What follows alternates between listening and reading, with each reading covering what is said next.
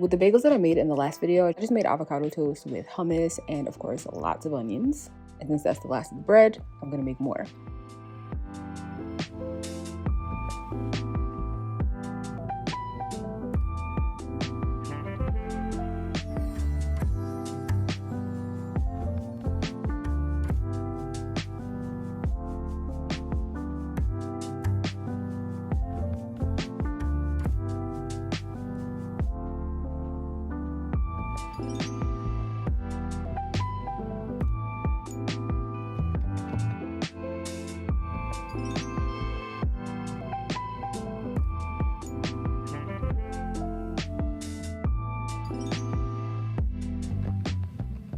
Oh, this reminded me too that when you add the vanilla to your sourdough, like I did with the chocolate one, you want to make sure that your extract is alcohol free so that it doesn't kill off the bacteria in your starter.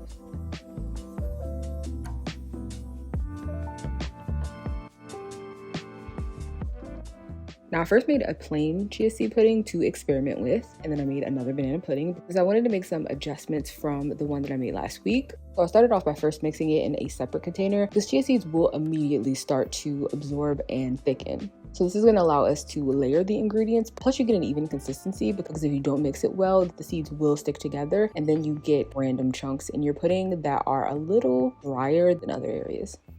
To the base, I also added stewed bananas or like compote from the banana bread syrup that I made. And it probably seems like I'm adding an obscene amount of chia seeds. That's only because I'm using a teaspoon instead of a tablespoon because I can't find it right now. So if you don't know, 3 teaspoons is equivalent to 1 tablespoon.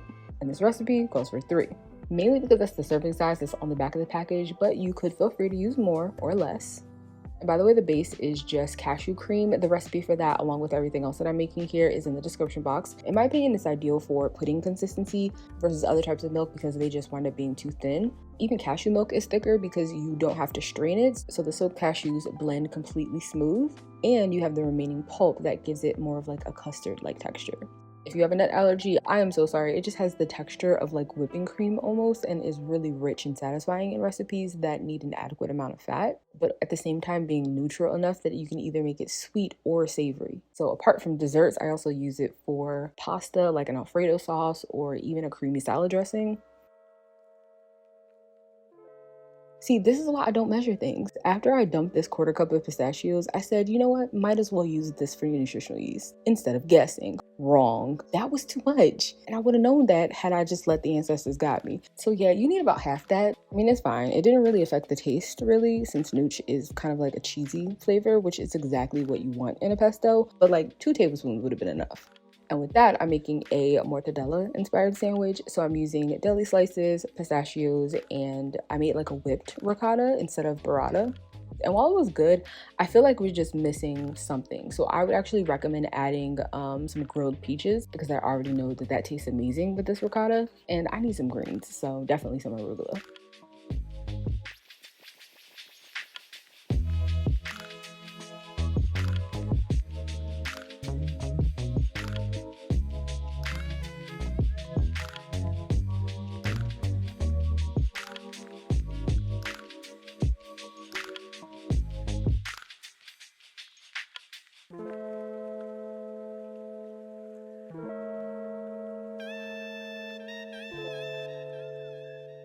Remember the macerated syrup that I made with the strawberries last week? Generally, I use that for matchas, but I thought that making a strawberry soda would pair really well with the sandwich. So you can just add as much or as little of that as you want to your favorite seltzer or club soda. I opted to use the mint that was already in the refrigerator, but I would highly recommend that you use basil. I was just too lazy to literally just walk outside and go harvest some.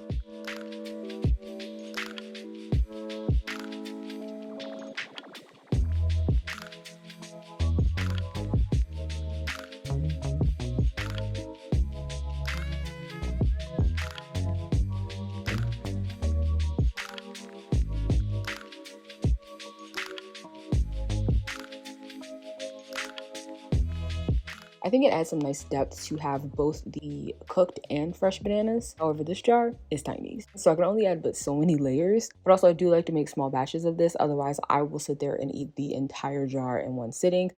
I know chia seed pudding is popular for breakfast, which is totally fine, but I just want to clarify that this is a dessert, by the way. I feel like I need to make that distinction because yes, it is not a ton of processed sugar, but there's still a lot of sugar in this from the dates and a lot of fat from the nuts and seeds. So remember, just because something is vegan doesn't automatically mean that it's healthy or that it's good for you. I mean, I would argue that this is good for you. Like there's lots of fiber, omega-3 fatty acids, protein, and antioxidants, but it's also just as calorie dense as its non-vegan counterpart. So it may be healthier, but at the end of the day, a vegan cookie is still a cookie. And if you do want me to make like a less decadent version that you can maybe have for breakfast, just let me know. I'm still hyperfixating on the quinoa soup, but I ran out of tofu, so this is a bacon jalapeno version.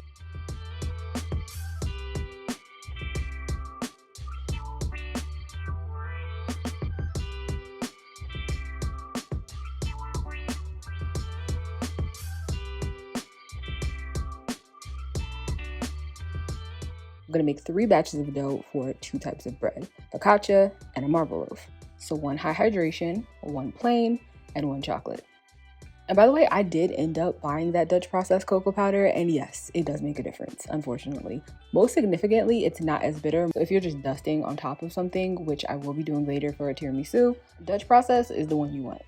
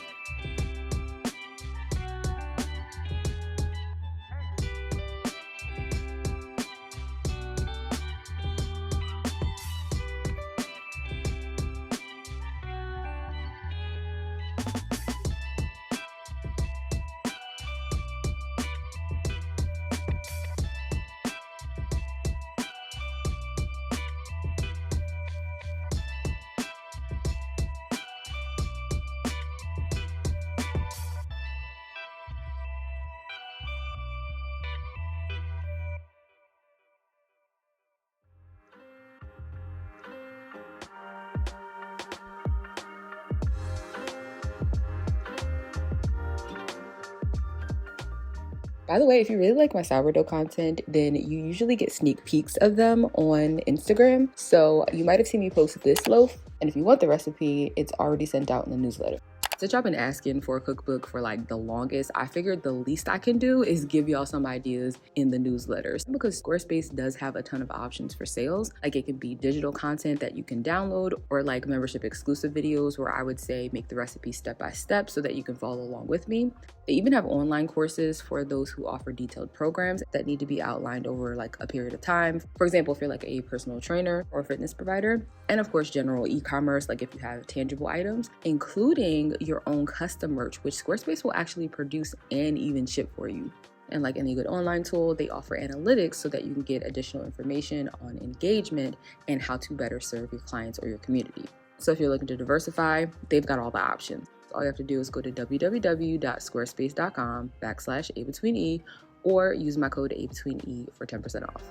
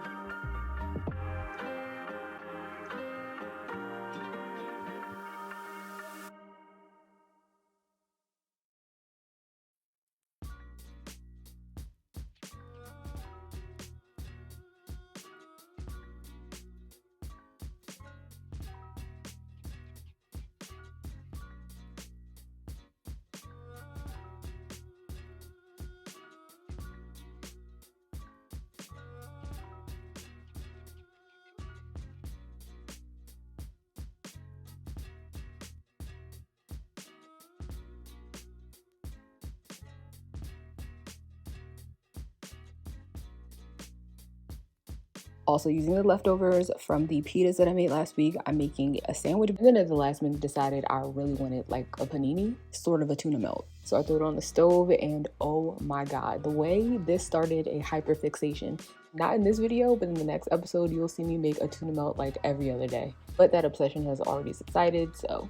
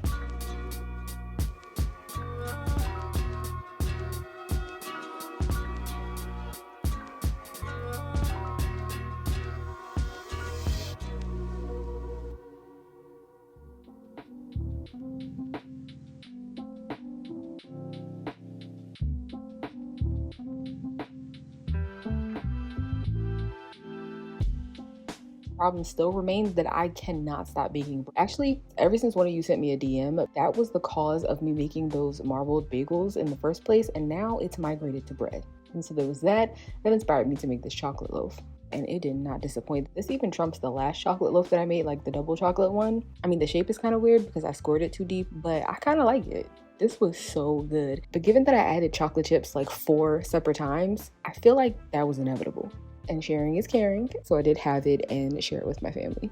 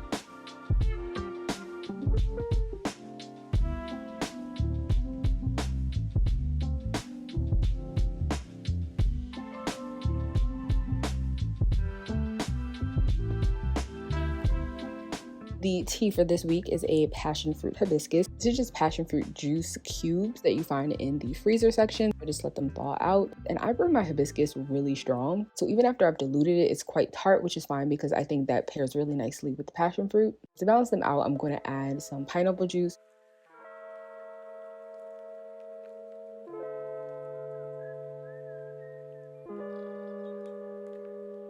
I also even added a little bit of the strawberry syrup as well. So I'm also adding some fresh ones and a plum.